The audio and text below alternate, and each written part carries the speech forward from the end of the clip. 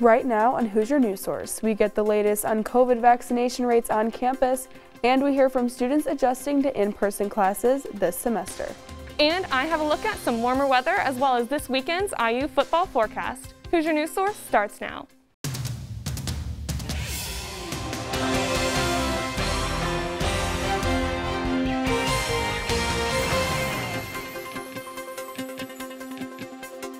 Hello and welcome to the 23rd season premiere of Hoosier News Source. I'm Carly Rasmussen.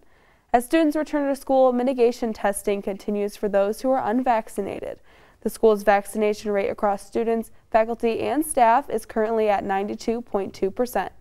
This past week, IU reported 63 positive COVID tests from symptomatic and asymptomatic testing, a much lower infection rate than last week. The university is offering a Moderna vaccination walk-in clinic from September 13th to the 15th in the School of Public Health. Only 4 weeks into the semester, and students are already arriving late to their classes. And when asked why, they say the bus system is to blame. Students say they're experiencing 20 to 40-minute delays from the buses. The delay comes from the labor shortage affecting a majority of campus and also the largest incoming freshman class. Since the freshmen are unaware how the bus system works, it may cause serious delays. But freshmen aren't the only ones who might not understand the bus system. Sophomores now attending in-person classes for the first time may have the same issues. Sometimes the app is a little bit slow and outdated, and if I'm trying to go somewhere other than my usual stops, the app is just a little bit confusing in terms of tracking the buses and when they're going to come. IU Transportation sent out a survey to students to get feedback on the issues they're facing to help improve their services. Indiana National Guard's Camp Atterbury welcomed a small group of Afghan refugees earlier this month to Johnson County. The site is one of 8 such military bases across the country set up by the Department of Defense to temporarily house Afghan refugees. IU student Jerome Drummond talks about what Bloomington residents can expect from their new refugee neighbors being placed across the country. Coming over are going to have been professors, scholars, poets, social leaders, a lot of them heroes with the efforts of the U.S. in Afghanistan. And so they're going to be very well educated people. Team RubiconUSA.org is working alongside the Department of Defense to accept donations for clothes, toys, diapers, and cell phone chargers. Caroline Clare now joins us with the latest update on this week's warm September weather. Caroline? Thanks, Carly. Warmer temperatures have been on the rise over the past few days and will continue over the next week. Right here, I have our temperature anomalies over the next 7 to 10 days. And as you can see, Bloomington right here in this 10 to 15 degrees above normal for this time of year. So quite some warm weather heading this way. And this is actually from our super typhoon off the coast of East Asia, bringing this warmth up to us in the central and eastern portions of the U.S., but also keeping the western coast over there slightly cooler than normal. This warmth will persist for our IU versus University of Cincinnati football game this Saturday. Taking a look as you head out to the game, already going to be pretty warm, but also pretty cloudy throughout the day. As you head out to the stadium, 76, just a very small chance of rain. And at game time, if you are at home, you can check it out on ESPN, or if you're at the game, 84, and then as the game is going on, 86. So it's going to be quite a warm way, and make sure to stay hydrated throughout the day. Now let's take a look at what we can expect for the rest of the week. Overall, a pretty mellow week here, just some warmer temperatures and some clouds. Maybe see a pop of sun here and there, but going Wednesday, we have slight rain chances. And then as we make our way through the weekend into early next week, we can see a little bit of just slightly warmer temperatures, mid-80s. As we go into Monday, Tuesday, some rain chances reoccur here. So make sure to stay cool this week and cheer on the Hoosiers this Saturday.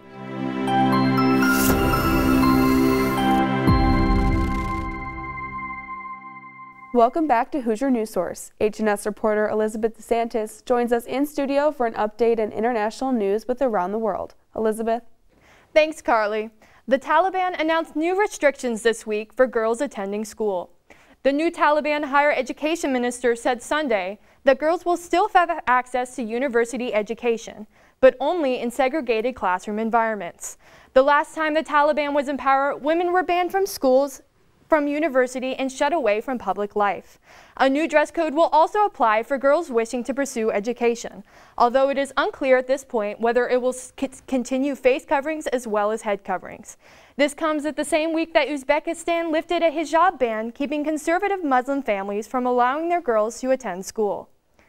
And North Korean state media announced they're testing new long-range cruise missiles with a capability of hitting Japan earlier on Monday. These tests do not violate their UN Security Council sanctions on the development of ballistic missiles, but the tests are a source of great concern to Japan and the Security Council. North Korean state media announced the tests are meant to counter the military maneuvers of hostile forces, and many experts see this exercise as a massive escalation in an arms race between North and South Korea. And thousands gathered to protest Brazilian President Bolsonaro last week in Rio in Brasilia. The protests are in response to ongoing investigation in Brazil's Supreme Court into vaccine procurement scandal and his steps to discredit Brazil's voting system. Latin America's largest democracy will hold its elections in little over a year, and Brazilian incumbent Bolsonaro seems to be falling behind in the polls. Meanwhile, Bolsonaro called for his base to mobilize on his behalf, sparking fears that such demonstrations could intimidate the Supreme Court. And that's all for now around the world this week. Carly, back to you. Indiana University President Pamela Whitten recently announced that she is not the only addition to the university this year.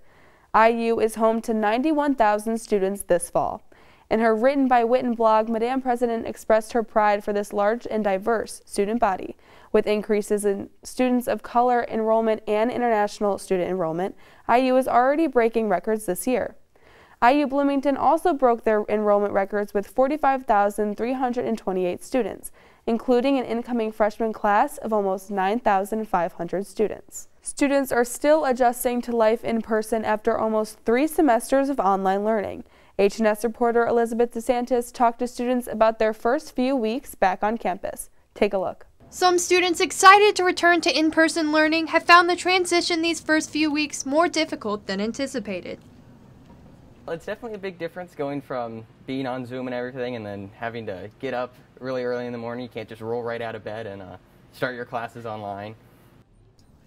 And some have found the workload in their in-person classes to be more challenging than before.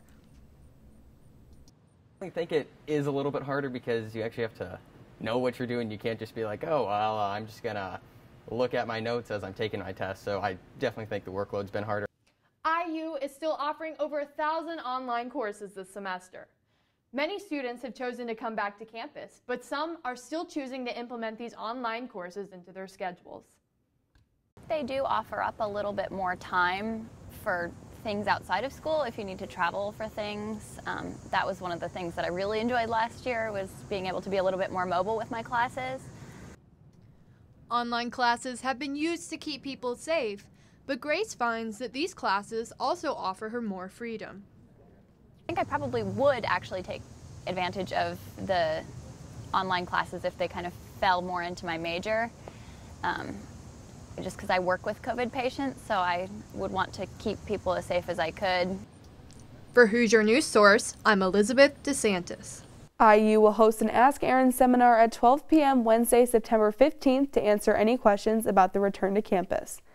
Next up, IUS TV sports reporter Kara Adams joins us with the latest on IU sports. Kara?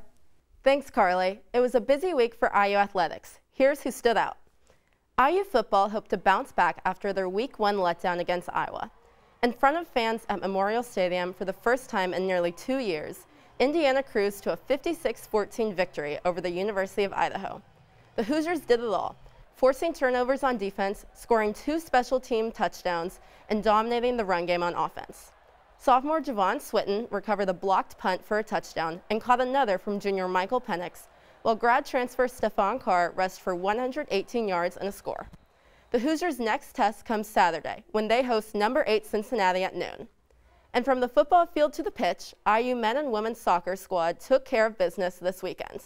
Erwin Van Bennekom's women's soccer team posted 3 straight clean sheets to improve to 6-1-1, their best start since 2013.